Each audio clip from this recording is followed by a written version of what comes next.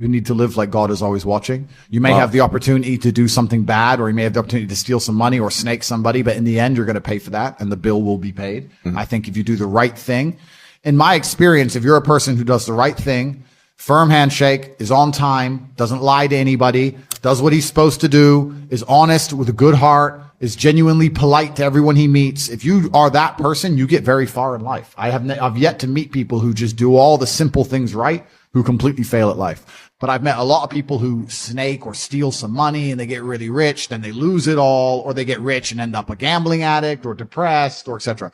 So you have to just understand that God is always watching. He's going to reward you in the end. That's the first thing. And the second thing I will say is that you are the sum of the 5 people you spend the most time with, and you need to curate your reality. I think the biggest problem with young people today is that they don't curate their realities heavily enough. The people that they want to spend most time with aren't adding any value to their lives, and then they end up wondering why they don't get it.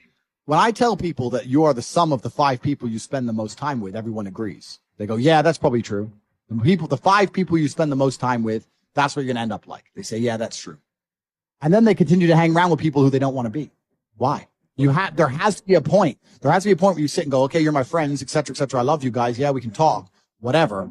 But I'm on a different life path. You have to leave some people behind. If you were to come hang out with me and you were in a room with me and my 5 friends, you'd feel self-conscious. You're right. You don't feel self with your friends. If you were to come hang around with me and my crew, you would be self-conscious, and that self-consciousness would motivate you, or they would certainly instill the discipline required for you to change. You don't feel self-conscious amongst your peers. That's why you don't change. If you were to get in a room and you're the only person who ain't a fucking monster, you'd want to become a monster.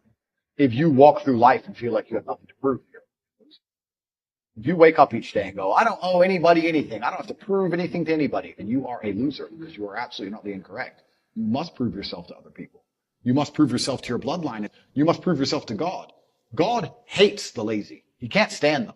If he gives you all these genetic dispositions and these natural God-given gifts, if you have 2 arms and 2 legs and you can think, and you're not trying your absolute best, that's the reason you're not lucky. He doesn't like you.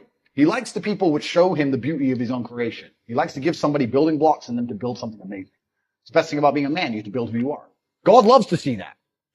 Those people, for some reason, seem to be enormously lucky, right? The person who goes, I don't have to prove anything to God.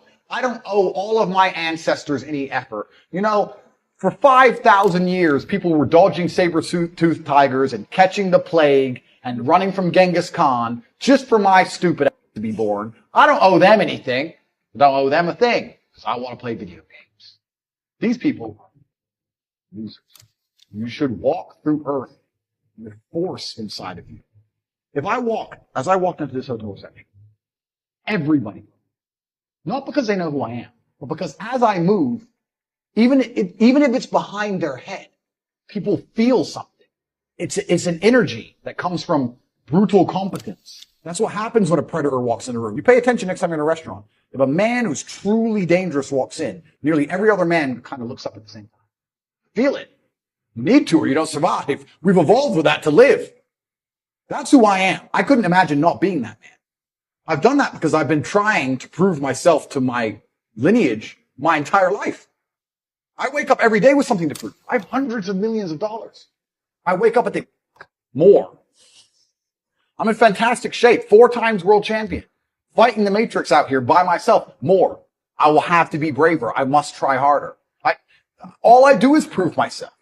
So when I hear people go, I don't have nothing to prove, then you're a loser. Peasants have never felt like they needed to prove anything. But kings felt like they needed to go and conquer land. Isn't that it's coincidental that the king, who already had it all, felt like he needed to go to some far-flung land and conquer it and take it and prove he's the king. But the peasants, I don't have to prove nothing to nobody. You're a loser then. You're a dummy. I absolutely and utterly, completely have everything to prove to everybody all of the time. That's who I am. I will prove anything to anybody. If I sit and say X, I will prove it to anyone. I can be checked anytime. And their ancestors who fought saber-toothed tigers or escaped the Mongol hordes or managed to dodge bombs in the Second World War. All the they went through just for this cretin to be born. And to look at him, look at who he is, listen to his life story, listen to what he does on a day-to-day basis, and they would feel nothing but shame. Your ancestors did all that struggling to survive, hunting and gathering, avoiding enemies, anything it took, dying at age 30 from a tooth infection, all the crap they went through just for you to be born so you could smoke weed and jack off. That's what your ancestors died for. That's what they worked so hard for. That's who you are. That's the end of your fucking bloodline. Do you feel no shame? It's fucking shameful.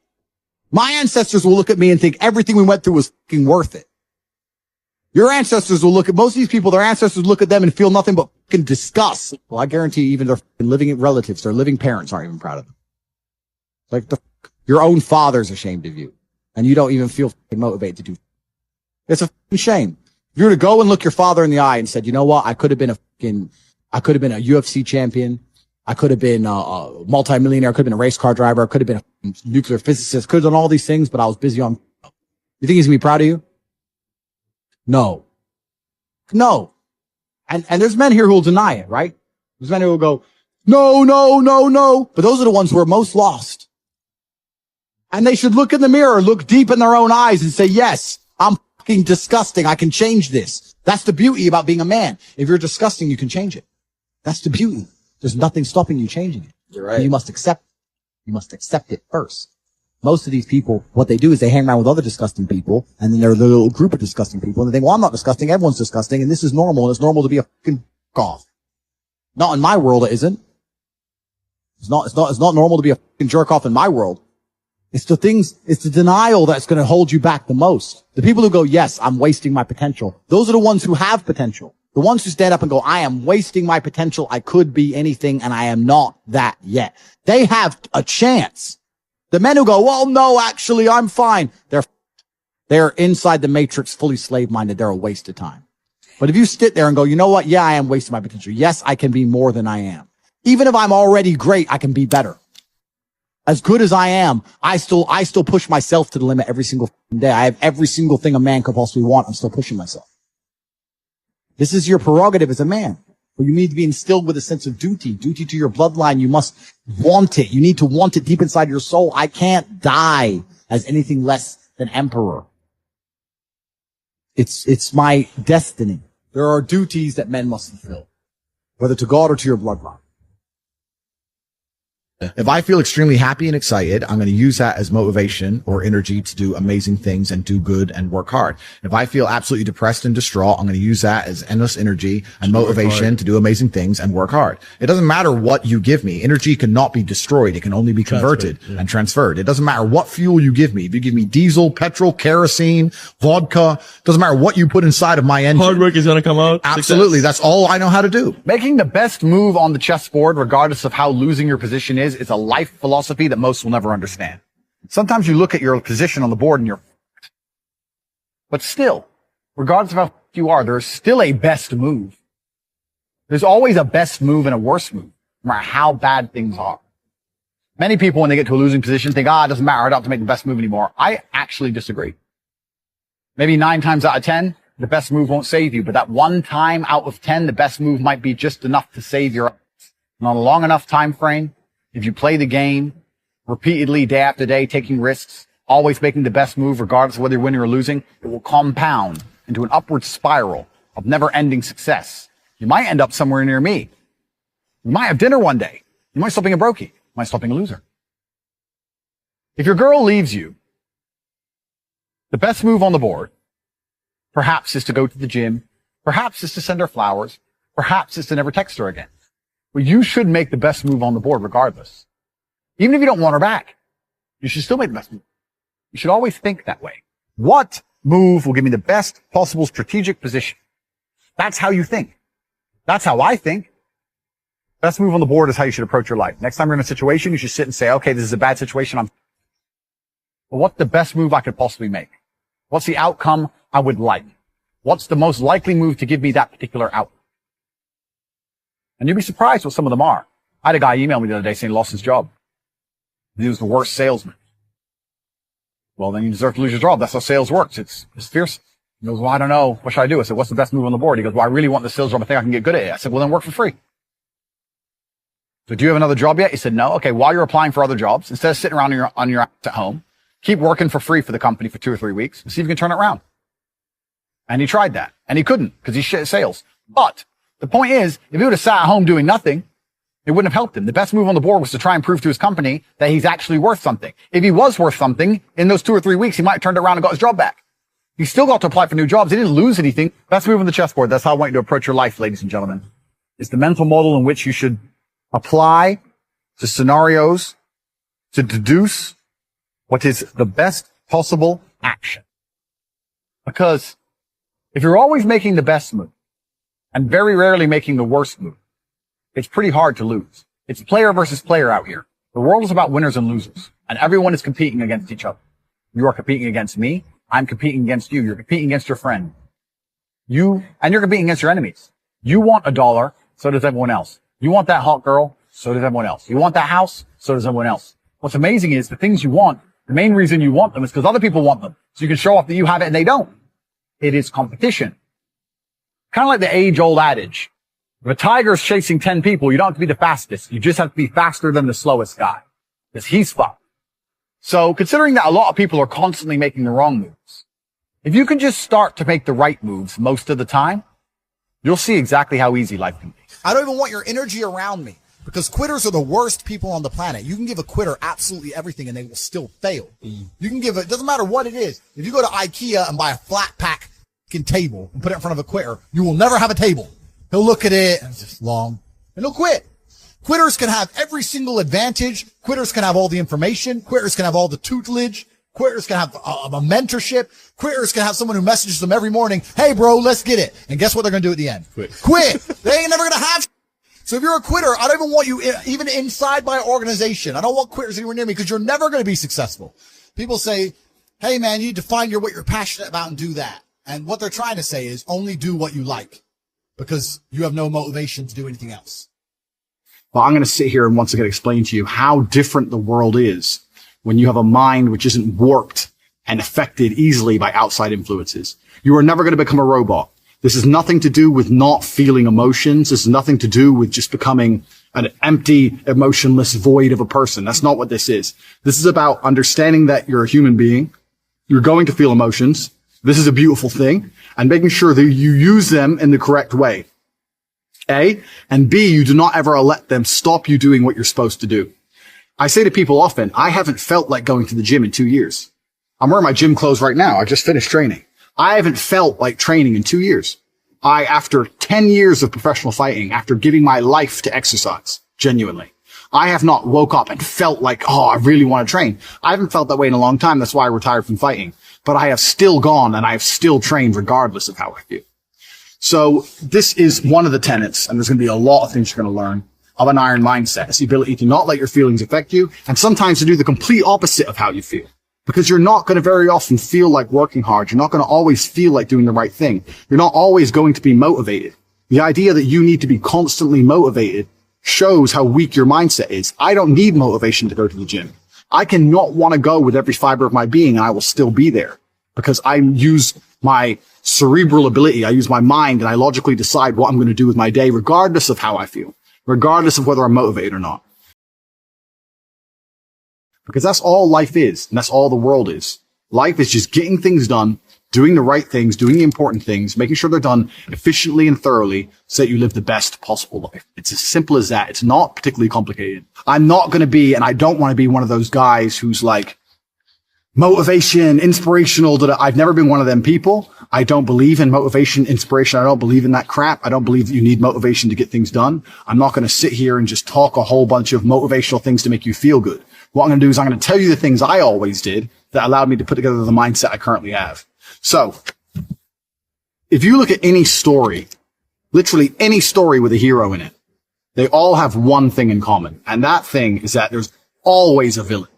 You cannot have a hero without a villain. It doesn't matter. You can think of any superhero, any comic book, any book you can think of, any movie. There's always a good guy and there's a bad guy.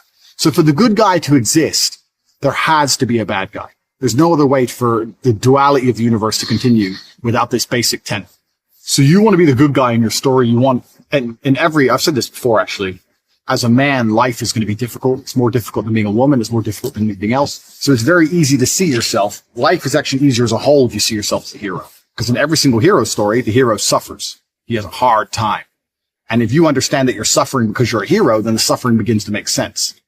So you can be sitting here right now going, my woman doesn't respect me. I have no money in the bank. This is difficult. I'm struggling here. I'm struggling there. You can feel sorry for yourself, or you can say, yeah, my woman doesn't respect me. I'm struggling. I can't make money. But you know what? That's because I'm a superhero and my life's going to be hard because I'm a man. And as a hero, it's going to be difficult. These are the tests and the trials and tribulations I have to go through to become someone. Every single male superhero went through a whole ton of before he became superhero. You've seen the Batman movies. His parents died. He was locked up in jail. All these bad things happen, and then they emerge as the hero. And this is done for a reason, because it's the reality of life, especially as a man.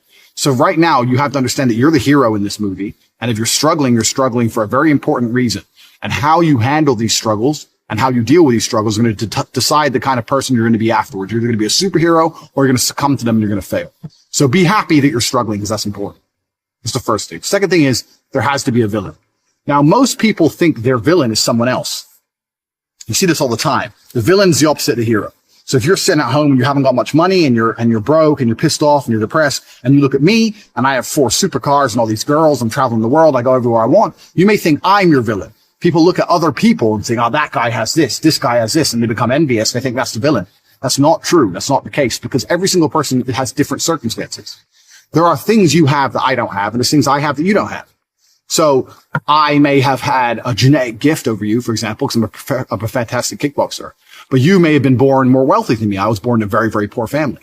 So I had advantages and disadvantages. You had advantages and disadvantages. So comparing yourself to other people is asinine, and it's inane because it's not a level, fair playing ground. There are some people who are born to millionaire parents who are gorgeous, model, good looking, and have 6-packs without trying. Some people are lucky like that. That's just how it is. So comparing yourself to these people is not going to help you. Your villain is nobody else. Your villain is someone you're going to create. And you're going to create your villain because he's going to motivate you to be the most powerful hero you can possibly be. So you're going to create your villain. And this is the task for the first week. This is a 6-week training course. And over each week, you have a very important task. And the task for this week is to create your villain. To make sure that there was no disadvantages involved, your villain's going to be a clone of you. But what your villain's going to have is he's going to have some things you don't have. And your villain is going to be the person who basically, without requirement for motivation, without being, no matter how he feels that day, no matter how stressed he is from work, regardless of what happens to him, your villain's going to be the guy who always does exactly what he wants to do.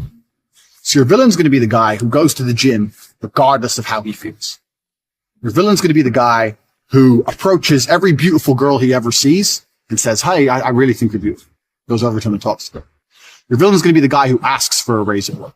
Your villain's going to be the guy who does everything he wants, regardless of how he feels, regardless if he's not motivated or not, regardless if he's shy to talk to that girl or people are watching or his ankle hurts, he doesn't want to go to the gym, whatever. Or he thinks his boss is going to fire him. Your villain is that dude who does anything he wants to do. You have to sit and you have to make a list of all the things. You have to sit there and say, if I did everything I wanted to do, if I were to be the best version of myself possible, what would I do? Okay, well, I'd go to the gym every day. I get up at 6 a.m. and I'd go to the gym every day. You write that down. My villain's the kind of guy who reads really important books. I say I don't have time, but my enemy, this villain, he reads books. He finds time. He doesn't watch TV ever. He doesn't waste time ever. He doesn't eat junk food. He reads books. Writes it down. You have to make a list. Now, this list at first should be easy for you, but then you're going to get to about 7 or 8 things and you're going to stop. No, this list needs to be 25 to 30 points long, minimum. This guy you're building, your arch nemesis, you have to write down every single quality about this guy. What he does. He goes to the gym every day, 6 a.m. He doesn't watch TV. He doesn't eat junk food. He goes up to beautiful girls, etc., etc., etc. 25 or 30 points long, because this is going to become your enemy for the next 6 weeks of training. You want to become a hero. You need someone to battle against. This is who you're battling against. You're battling against a better version of yourself, a version of yourself that doesn't succumb to how he feels, but does what he's supposed to do anyway. So this is who your villain's going to be. And when you're writing down this list, all the qualities your villain has, imagine what this person looks like. You have to put genuine effort into this. You have to imagine what he looks like, imagine how he walks, imagine how he talks, imagine what people think when they see him. Imagine how different you would be if you had been going to the gym every single day for an hour and a half, every single day for the last 2, 3, 4 years. Imagine it. Imagine how differently people would look at you. Imagine how differently females would treat you if you were jacked like that guy would be. You have to sit and you have to put down all these qualities. And then once the qualities are there, 25 or 30 minimum, then you have to imagine what kind of person this is. You have to imagine what he looks like, what he talks like, what he thinks like. Imagine how he views the world. Because this is who you're going to be battling against. So you have to put genuine effort into constructing this person and understanding this person. The reason I'm saying do this is because this is what motivates me every single day. When I was training for a fight, the reason I'd always go train is because I knew my enemy was training. But when I stopped fighting professionally, I thought, well, what enemy do I have? And I realized I had to create my own. So when I don't feel like going to the gym, I imagine I've built my own enemy. I won't even list all the things that my enemy has. He has a whole bunch of shit I don't have. And he would be an nearly impossible person to beat. But when I sit and I don't feel like going to the gym, I know my enemy's training because he trains no matter what, regardless of how he feels, regardless if he's pissed off or if there's traffic or it's raining or he's tired. My enemy trains. When I see a girl and she's beautiful, but all her friends are there and I'm afraid they're going to laugh at me, my enemy wouldn't give a fuck. He'd go over there anyway. That's who he is. He's a man. So when I understood who I was truly battling against, then you have two choices. You either rise up to try and take him on or you become a little pussy. You have the choice. Do I want to lose to this man I've created and I've built? Do I want to lose to him or do I want to beat him or compete with him? And you have to make a choice and you sit there and go, well, I know that the person I created in my mind, my arch nemesis would go over there and he'd talk to all the girls. And he'd fuck two of them, let alone one. This is an extremely important facet. And for the next 6 weeks, we're going to be doing lots of things that are going to revert back to the enemy that you've created. So you have to put genuine effort into putting together this person. You have to imagine everything about them from start to finish. You have to imagine standing next to them. If you were standing next to this guy right now with no shirt on, who would girls want to, who would people respect? And the crazy thing about all of this is that this person is you. This person is you. It's just you with a little bit of a different path or a different take on life. It's you who's the person who does whatever he's supposed to do regardless of how he feels. It's you with an iron mind. This is the exact point. The reason creating this enemy is so important and the reason viewing him and seeing how he sees the world and understanding how important and powerful this person is important is because that person is you. That person is you who does what he's supposed to do without fail. That's all it is. And when you truly, truly put this person together and you truly, truly understand him, and you find out what you could be and you find out what you're battling against, you're going to become far more difficult to demotivate. It's going to be much harder for someone to say to you, don't go to the gym, because you're going to know, well, my enemy, this guy, give him a name, whatever. This dude's going to the gym. That's why he looks how he looks. And that's who I'm being compared to. So I have to go to the gym. Oh yeah, but I'm tired. Well, you don't go then. My training partner doesn't want to go. Fine, you don't go. I am going. I'm not the guy who's going to let this man beat me. And you have to start comparing yourself to this guy in every single facet. I still do it to this day. I compare my bank balance to this guy's and he's killing me. I compare my body to this guy's, he's killing me. I compare so many things about myself. You guys may look at me and go, oh, Tate, millionaire, girls, this, that, that. I'm still comparing myself to this person I've created. And I know that I'm losing. And that's what drives me forward. That's why I don't miss the gym. That's how I find a way to make money. That's how I do whatever it takes to succeed because I know who I'm battling against. Most of you guys have no enemy. You have no enemy. Or you have an enemy which is somebody else. You're looking at Justin Bieber or Drake or something. That's not going to motivate you. That's pointless. It's not going to help you. Or you have no enemy at all. You have a support structure around you and you have people say, oh, you're great just the way you are. You're beautiful just the way you are. And you're sitting there and living in your little comfort zone with a little bitch.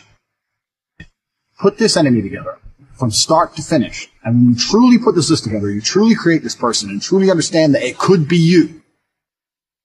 It's going to be far more difficult to stop you doing what you need to do in the future. You can give a quitter absolutely everything and they will still fail. You can give it, doesn't matter what it is. If you go to IKEA and buy a flat pack table and put it in front of a quitter, you will never have a table. He'll look at it, it's long, and he'll quit.